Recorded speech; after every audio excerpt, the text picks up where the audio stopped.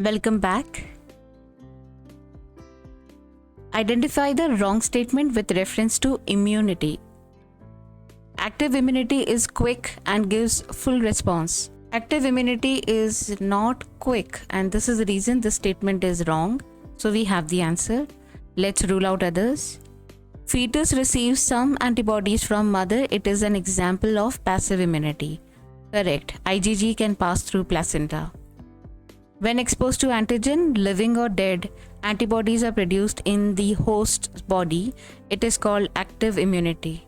Correct. When ready-made antibodies are directly given, it is called passive immunity. Correct. So option 1 is the only statement which is wrong and therefore the answer of this question. Another question on immunity. Eosinophils.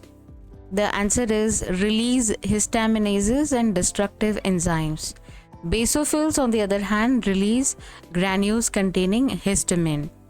Neutrophils, they are involved in phagocytosis. They are the first immune cells to reach the site of injury. And lymphocytes, they are involved in immune responses.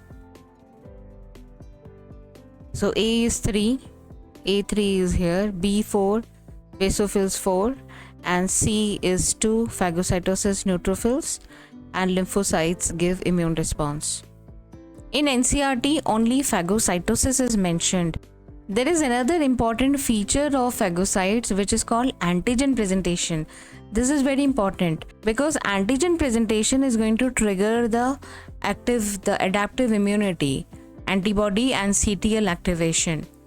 And this determines the specificity of the immune response towards the antigen. Okay, so this is also one of the important characteristic feature of phagocytes. And then once they are activated, a subset of these cells will become memory cells. So in the second encounter, the response will be quicker. The second encounter is quick and it is robust compared to first response. So this is the reason this statement is incorrect. Active immunity is quick. The first response of active immunity is not quick. It is delayed because we need some time for antigen presentation and activation of adaptive immunity.